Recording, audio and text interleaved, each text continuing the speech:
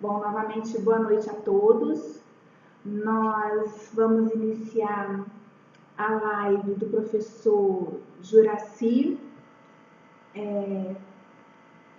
com um tema muito interessante, que é o tema Gamma Ray Bursts, os eventos mais energéticos do universo. Bom, antes de apresentar o professor Juracy, eu vou só falar aqui rapidamente com vocês, né? Nós estamos com esse projeto de lives quinzenais. Eu sou professora do curso de Física, o professor Danilo é o vice-coordenador do projeto. Então, de 15 em 15 dias, nós fazemos lives com um especialista numa determinada área. Obrigada, professor Juracy, colocou a apresentação dele para a gente ver, né? Então, a gente faz de temas diferentes, sempre ligados à física, ou ao ensino de física, ou à aplicação da física. E como é que funciona a live? Durante 20 minutos, o professor Juracy ele vai fazer uma espécie de palestra, uma apresentação. Né? Então, ele tem 20 minutos para fazer a apresentação. E depois dos outros 20 minutos, nós faremos uma roda de conversa. Então, quem sentir à vontade, pode levantar a mão, tem uma mãozinha aí, pode levantar, que eu vou chamar, ou pode escrever no chat, que eu vou acompanhar as mensagens do chat, e a gente faz as do chat, a gente faz em bloquinhos de 2 ou 3 perguntas. Ou quem se sentir à vontade, né, espero que todos se sintam, possam fazer as perguntas de maneira, ou os comentários, né, em abrindo o áudio, tá bom? Sintam-se à vontade. Bom, agora eu vou chamar o professor Juracy, né? O professor Juracy, Luiz Juracy Rangel Lemos, ele é professor do curso de Física da Universidade Federal agora do Norte do Tocantins, né? Ele possui bacharelado em Física pela Universidade Federal de São Carlos, mestrado em Astronomia pelo Observatório do Valongo da UFRJ e doutorado em Astrofísica Relativística pelo ICRA, a Universidade da Itália, La Sapienza. No momento, ele atua na procura de transformar o GRB, que é o Gamma Ray Burst. Estou falando certo, Juracy? Mais ou menos. Tá certo. Gamma Ray Burst. Beleza. Em vela padrão, testando modelos de função de luminosidade desse GRB.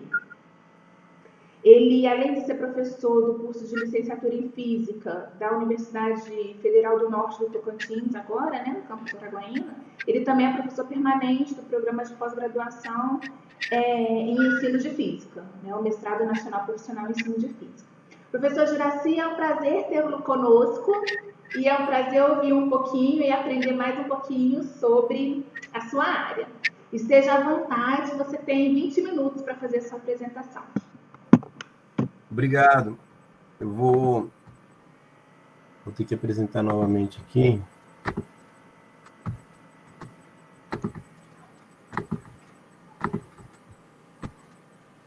Enquanto o professor Juracy está apresentando ali novamente, vocês podem ficar à vontade para, durante a apresentação, já ir colocando a mensagem no chat, tá? Fiquem à vontade, que eu vou ficar aqui de olho no chat. Vocês estão vendo a minha tela aqui? Sim. Então, eu não vou ver eu não consigo ver o chat, né? Então, qualquer coisa me interrompa pelo áudio, tá? Só clique em ocultar para a gente, Juracy, por favor. Como? Clicar em ocultar para desaparecer essa barrinha aí do Meet. Ah, ocultar, verdade. Tá. Obrigada. Boa tarde, gente. Agora já é boa noite, né? Mais 6 da tarde. Obrigado, Érica, pelo convite. Gamma Ray Burst é um tema que eu trabalhei no doutorado em Roma, na Universidade La Sapienza, né? Que tem um instituto lá, é um convênio que é Relativity Astrofísica, que seria Centro Internacional de Astrofísica e Relativística, com a Universidade de La Sapienza, que é uma Roma 1, que a gente chama lá também, porque lá em Roma tem 3 universidades grandes. Sobre o que eu desenvolvi no meu doutorado, porque é um tema muito específico, muito técnico, peguei uma palestra com uma abordagem histórica, os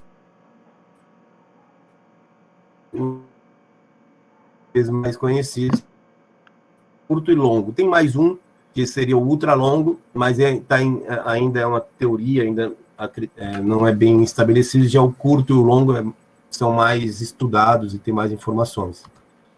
Os GRB são eventos que ocorrem em galáxias muito distantes, né? Elas são, a gente mede em redshift. O redshift seria desvio para o vermelho.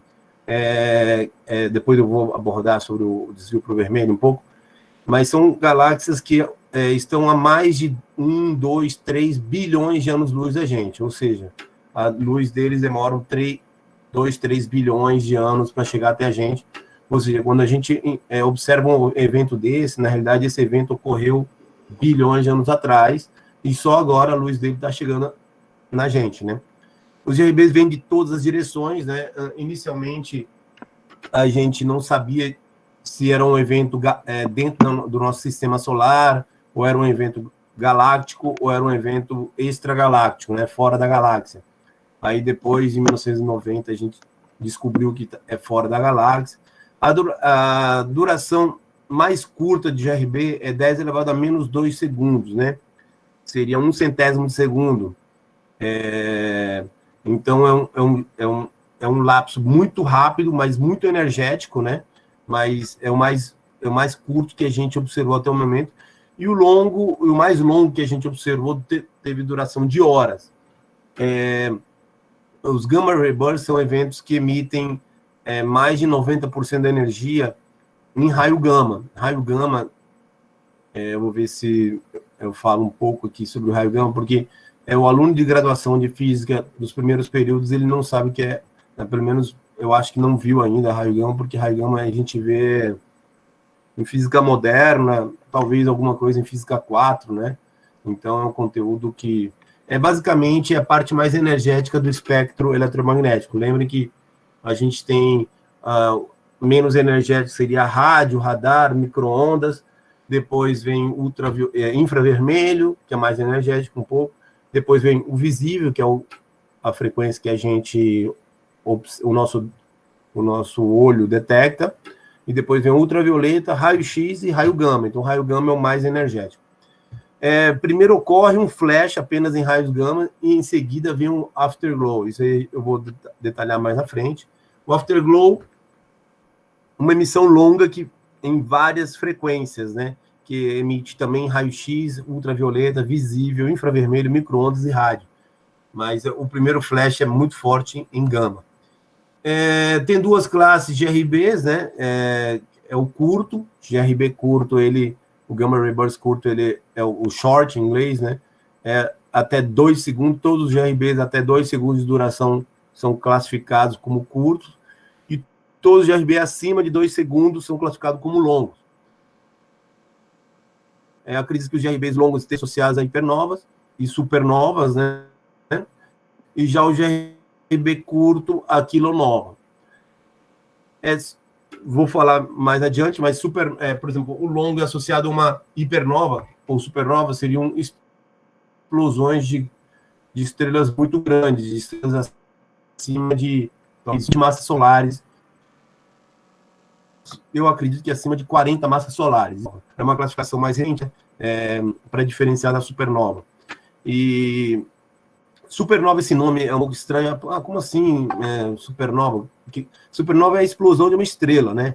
Que em 1570 e pouco, um astrônomo dinamarquês chamado Tycho Brahe, ele observou um evento bastante luminoso, e ele chamou de nova aquele evento, porque ele achava que estava nascendo uma estrela, então por isso ele chamou de nova. Mas depois a gente foi observar aquele local, né, porque ele deixou tudo anotado, a localização no céu daquele evento. Hoje a gente sabe que não foi uma explosão, um nascimento de uma estrela, não. Foi uma explosão de estrela. Então, por causa disso, a gente colocou o super na frente do nome que o Tycho Brahe tinha colocado 440 anos atrás. Mas porque ele achava que era o nascimento de uma estrela, mas claro, ele fez muita contribuição para a física, então a gente na astrofísica a gente costuma manter alguns termos antigos. A quilonova, já o GRB curto é associado a quilonova. Quilonova é a fusão, né? Em inglês a gente chama merging.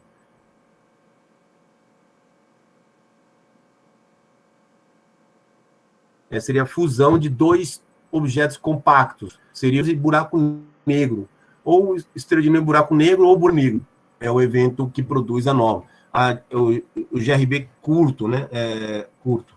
Na realidade, são teorias muito... Hoje em dia estão bem mais aceitas porque tem muitos dados. Mas 10 anos atrás a gente não tinha essas informações. A gente não tinha tantos dados como hoje, né?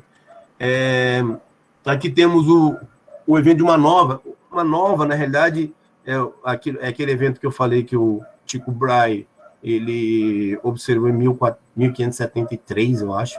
Posso estar errado, mas é 1570 e algo. Na realidade, ele se equivocou, não é o nascimento de uma estrela. Na realidade, é um evento interessante, porque quando você olha para o céu, mais de 50% das estrelas que você está vendo não é um sistema... Os americanos, eles colocaram mísseis na Itália, no sul da Itália, nesse lugar aqui, está mostrando aqui no mapa, Gravínia. Esse aqui é o mapa da Itália, né? É perto do Salto Alto da Bota, né, da Itália. Eles colocaram 30 mísseis Júpiter em Bosco, o nome do lugar, né? Bosco di Fesa Grande, perto de Gravínia, Puglia, Itália, né? 65 quilômetros de Bari, que é a capital da região. E cada míssil desse, ele comporta, eu acho que uma ogiva nuclear, tipo bomba de hidrogênio, que é centenas, eu acho que mais de 100 vezes mais poderosa que a bomba de Hiroshima. Então, ali em Gravínia, eles tinham mais de 3 mil bombas atômicas, assim, a energia, né, acumulada ali, mais de 3 mil bombas atômicas de Hiroshima. Mas o objetivo ali era, tipo, qualquer problema com a União Soviética, né, lançar esses mísseis para Moscou. E também tinham mísseis na Turquia, né? Mas os Estados Unidos, ele que não diz o dia, né? É que eu tirei alguns slides, né? Tá aqui a data, 23 de outubro de 1962. Os Estados Unidos, ele fotografou, por meio de um avião chamado U-2, né? Em inglês U-2. Esse avião voava a uma altura de 20 mil metros. Os americanos os russos tinham muita dificuldade de derrubar esses U-2, né? Depois de um tempo eles conseguiam derrubar, né? Mas no começo, quando surgiu o U-2, eles entravam no território soviético, em Cuba e tal, e ele conseguia tirar fotos, e os soviéticos ele atingiam até 10 mil metros, mas eles não conseguiam jogar um míssil nesses U-2 que entravam no território, né? E esse U-2 ele fotografou mísseis em Cuba, e mísseis com bombas nucleares. Detalhe, o U-2, o U-2, a banda U-2, que é aquela banda de rock inglesa, é homenagem a esse avião americano, tá? Eu acho que vocês já ouviram falar nessa banda. Em 1963, aí o que aconteceu? Tiveram 13 dias que abalaram o mundo. Por quê? Eu não sei se abalaram... tem uma frase para esses 13 dias. Eu não coloquei aqui, eu tirei essa parte, porque a palestra é mais curta. Por quê? Porque o presidente americano, que era o John Kennedy, falou para o presidente da União Soviética, que era o Nikita Khrushchev, que se ele não tirasse esses mísseis de Cuba, eles começariam a Terceira Guerra Mundial. E o Nikita Khrushchev disse, ok, eu tiro. Depois de 13 dias eles entraram em acordo, né? O mundo inteiro ficou com bastante medo, porque eram milhares de bombas atômicas para cada lado. Imagina o que podia acontecer com o planeta Terra, né? Aí o Nikita Khrushchev falou, ok, eu tiro os mísseis de Cuba, mas vocês têm que tirar os mísseis de Gravínia, da Itália, e também os mísseis da Turquia. E aí o John Kennedy aceitou a proposta, aí cada um tirou os mísseis do seu lugar. E então, em 1963, foi assinado um acordo, no dia 5 de agosto, o Tratado de Interdição Parcial de Ensaios Nucleares. Por quê? Porque a União Soviética e os Estados Unidos, eles explodiam bombas atômicas em alguns lugares, natureza, e deixavam uma destruição impressionante, entende? Então, isso aí, o mundo inteiro ficava observando isso, porque explodia a bomba e mostrava para o outro, né? Para o outro, ó, o que eu sou capaz de fazer. Tem montanhas, por exemplo, montanhas na Sibéria que viraram um buraco por causa de bombas atômicas, entendeu? E, ao mesmo tempo, no deserto americano também tiveram bombas atômicas lá. Aí, então, esse tratado proibia bombas atômicas na superfície da Terra e também fora. É um tratado, eu não lembro dos detalhes do tratado, e para ver se o outro estava obedecendo os tratados, os americanos colocaram esse satélite, chamado satélite Vela, em 1967, no dia 2 de julho, a primeira detecção, né?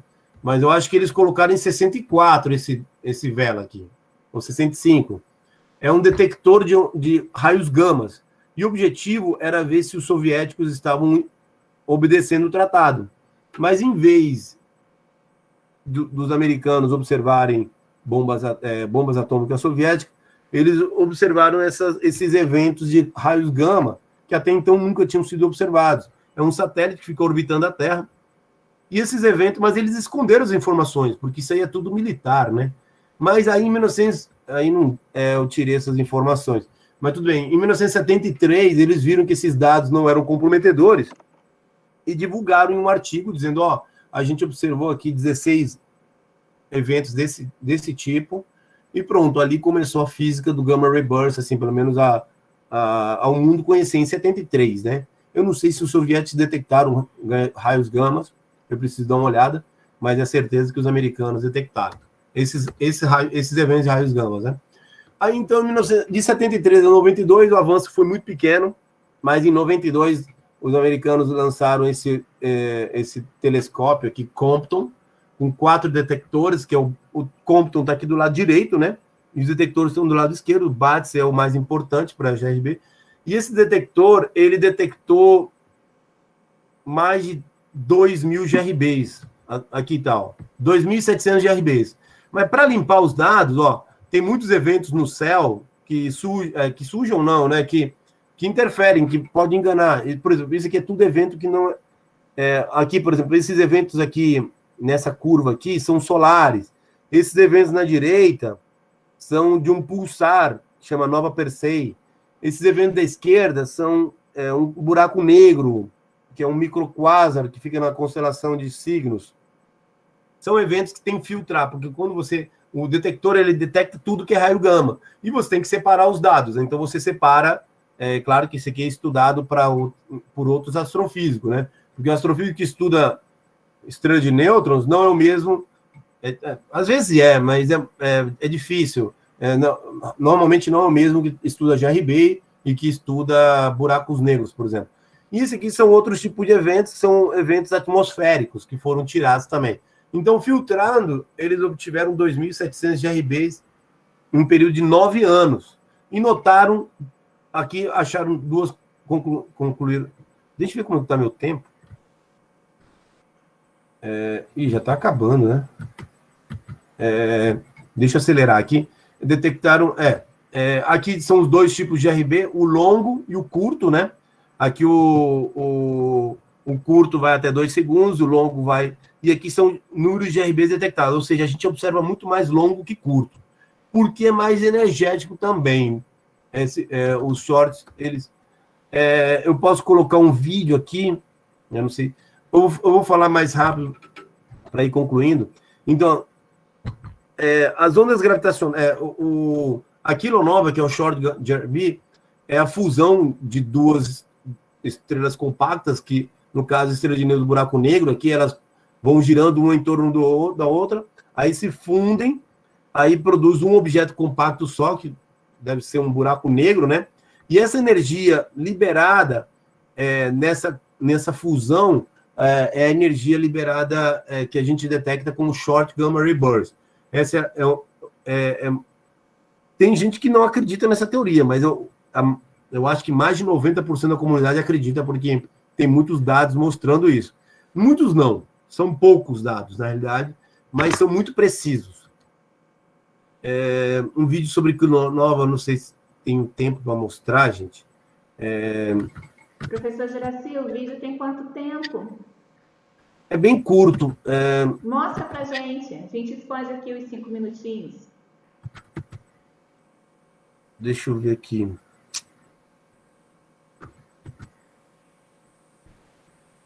Caramba. Eu deveria ter deixado aberto ele aqui, né? Já estou abrindo ele aqui.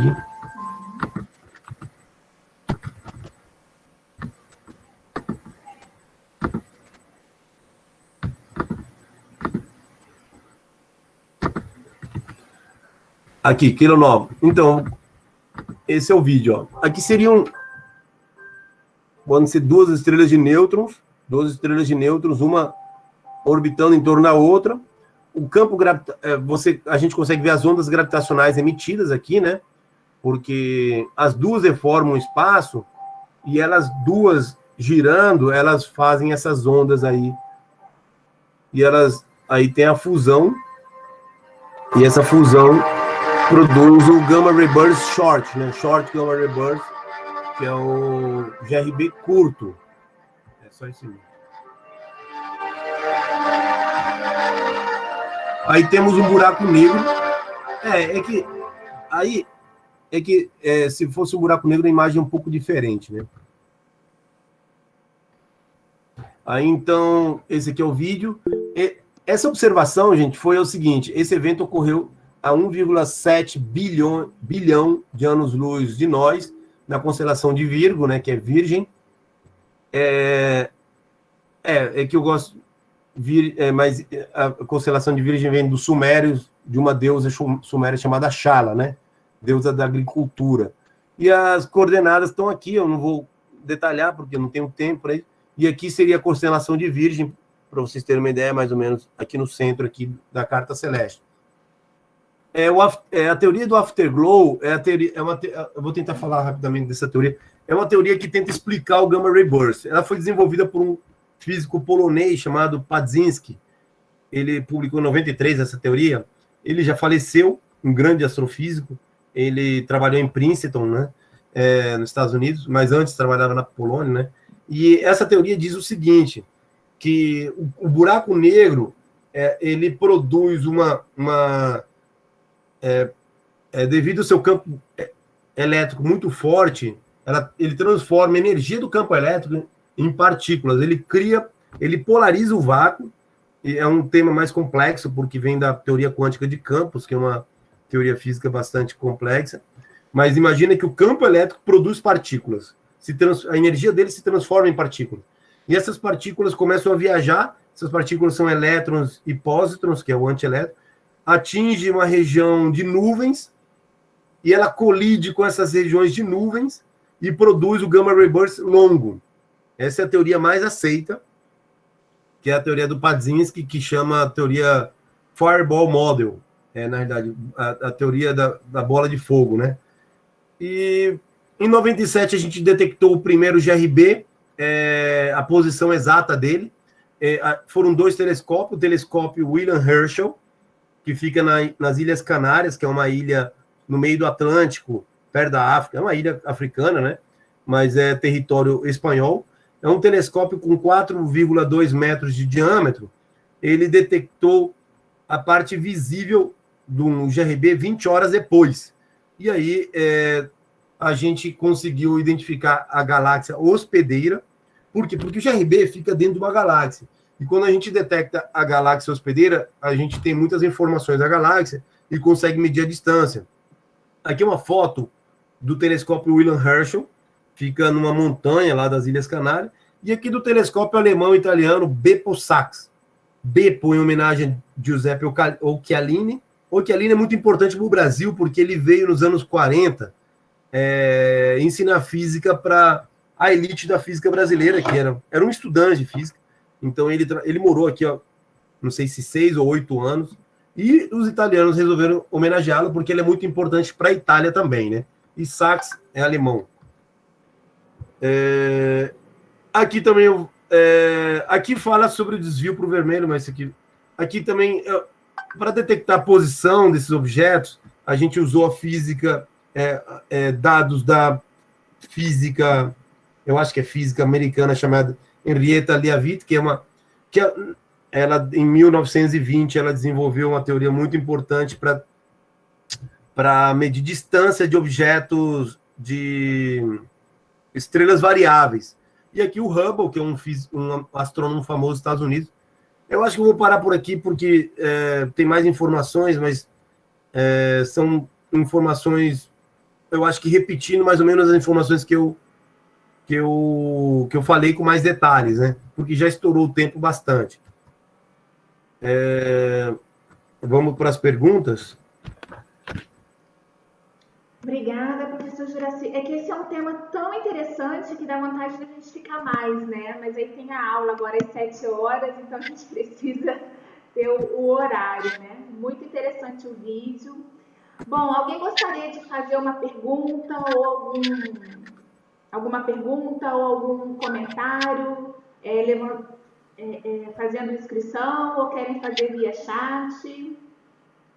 Vocês podem escrever no chat ou pode simplesmente abrir o áudio também, gente. A gente vai ter uns minutinhos que dá para conversar. Porque justamente um dos objetivos é a gente conversar um pouquinho, né? Eu, particularmente, tenho uma pergunta que eu fiquei muito intrigada, né?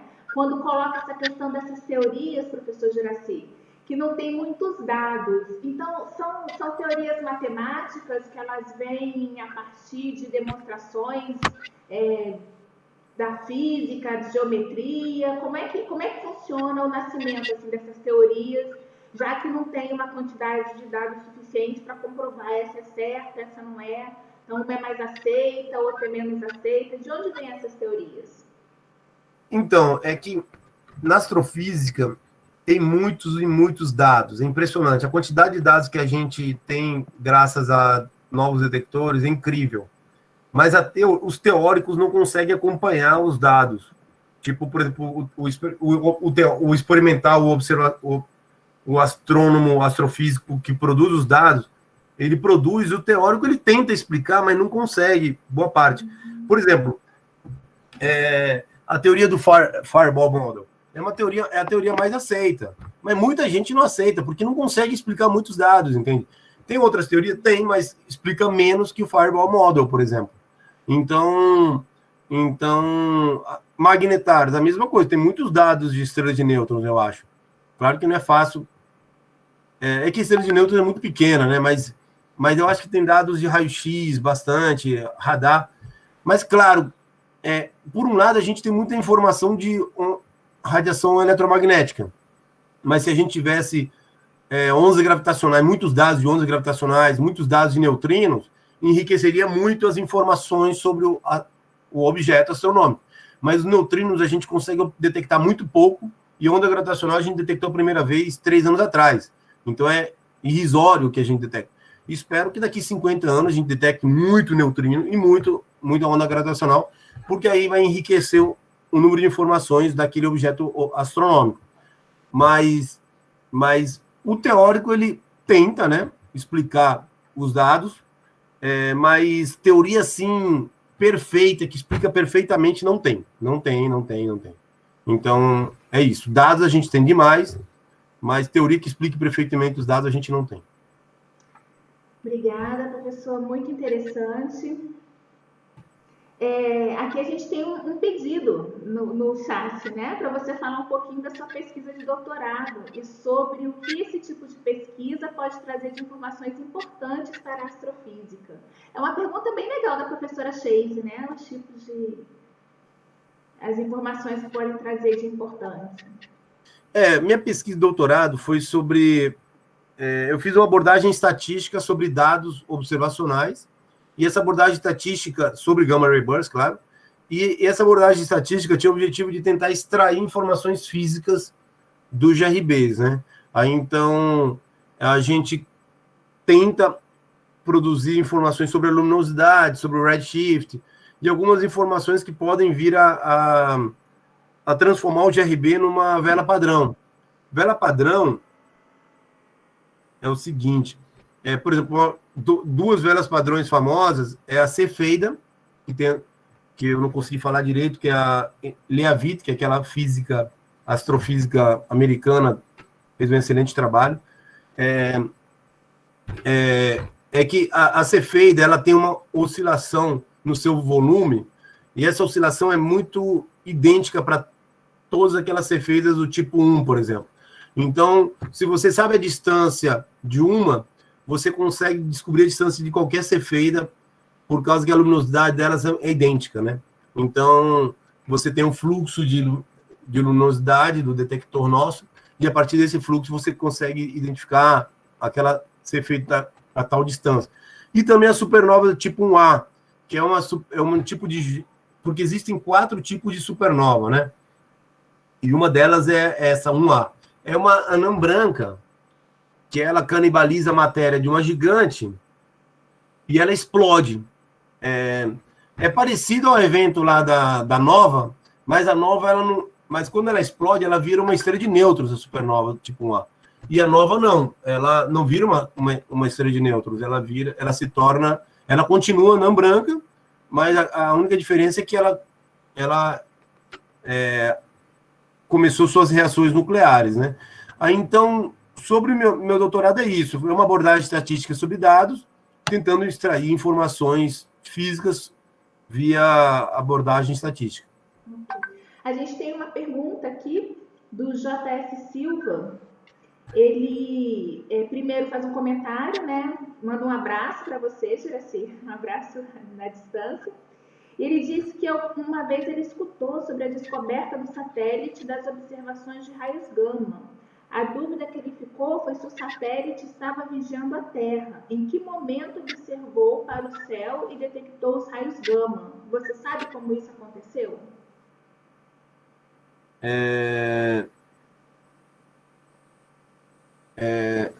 É o Sérgio, né? Sérgio é um amigo nosso que ele morava aqui em Araguaína, agora está no México, está na Nova Califórnia, no México.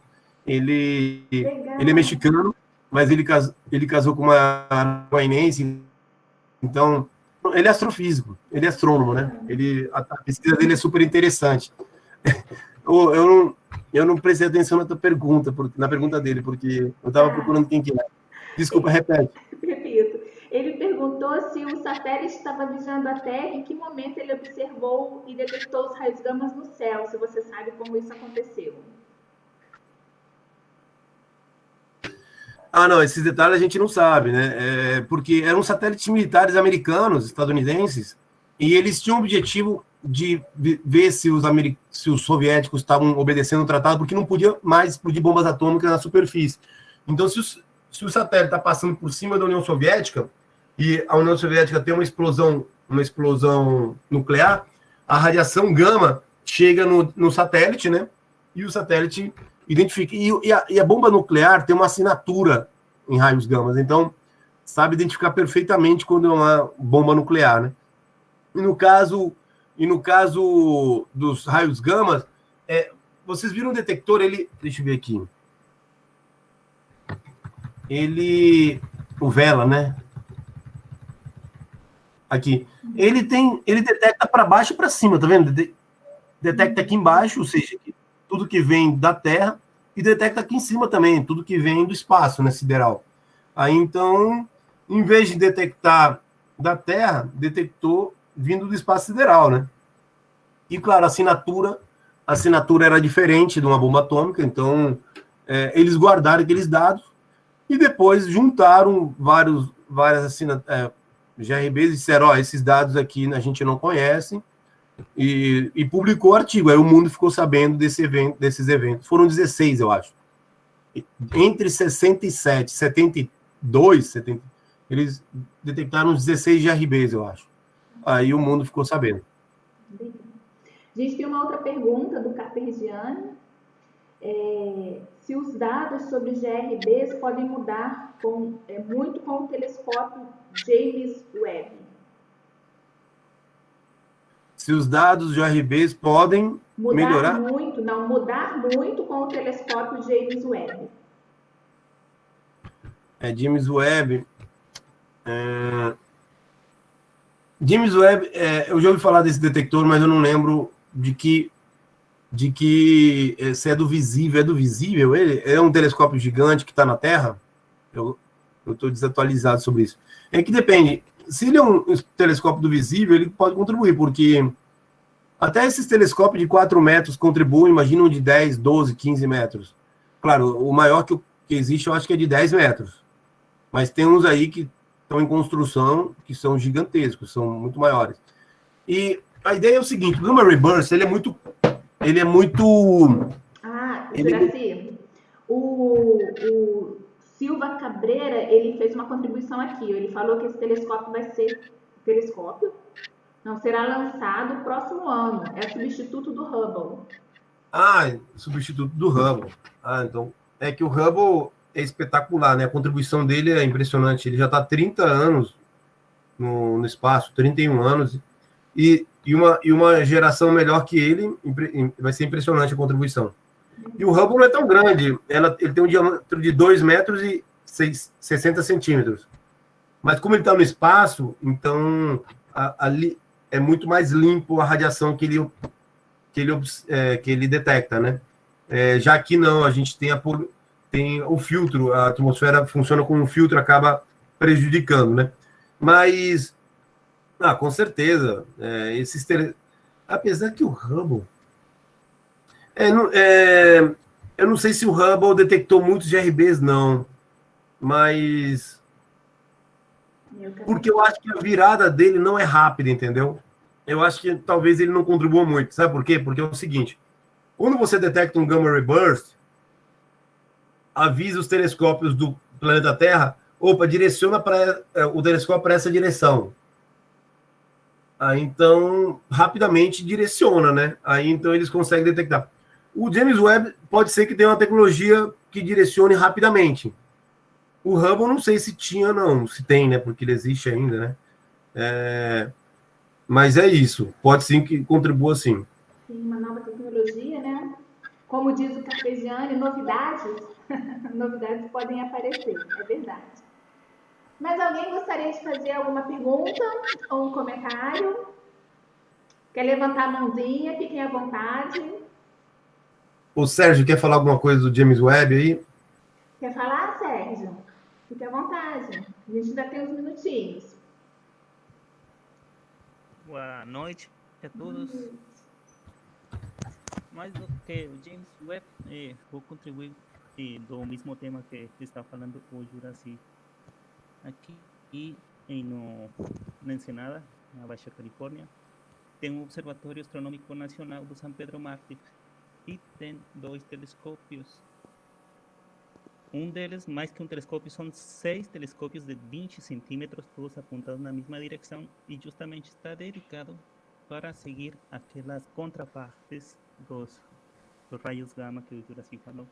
Então ele tem a capacidade de movimentar muito rápido e poder seguir estes destellos. Também tem outro que é robótico também, os 2 são robóticos, de 1,5 metro, e também faz esse tipo de observações. Então eles foram adaptados para quando recebem um alerta de telescópios tanto espaciais como de terrestres, e eles se movimentam para tratar de detectar estes raios gama. Interessante. Eu não sou da área, mas é interessante mesmo. Com certeza, Sérgio. Eu não conhecia esses telescópios, porque quando você coloca vários telescópios em paralelo, então, porque quanto maior a área, né, do telescópio, maior a detecção de luz sobre aquele objeto. Então, se você coloca 6, 7 telescópios, aí você soma a radiação de todos eles em uma informação só. Então, e tem que ser muito bem rápido, porque por exemplo, o gamma ray, o raio gama, gente, ele é uma duração muito curta, né, de alguns segundos ou menos. Então, e a gente não consegue detectar a posição exata, porque quando a gente vê o raio, a detecção vem daquela região, mas naquela região tem centenas ou milhares de galáxias. Então a gente não sabe qual daquelas centenas ou milhares de galáxias saiu aquele raio gama. E tem galáxias próximas e tem galáxias muito distantes. Mas aí vem um telescópio da Terra, né, que no caso, naquele momento foi o Herschel, lá das Ilhas Canárias, e ele observou durante 8 horas. Então, o Gamma Ray Burst, ele observa durante 20 segundos. E o Herschel observou o Gamma Ray Burst durante 8 horas. Então, ele conseguiu identificar exatamente a galáxia que foi emitida. E dos dados da galáxia, a gente obtém é que eu não expliquei, mas é via desvio para o vermelho, efeito Doppler, né? Porque as linhas de absorção da galáxia, elas vão para... Ou se vão para o vermelho, a galáxia está se afastando.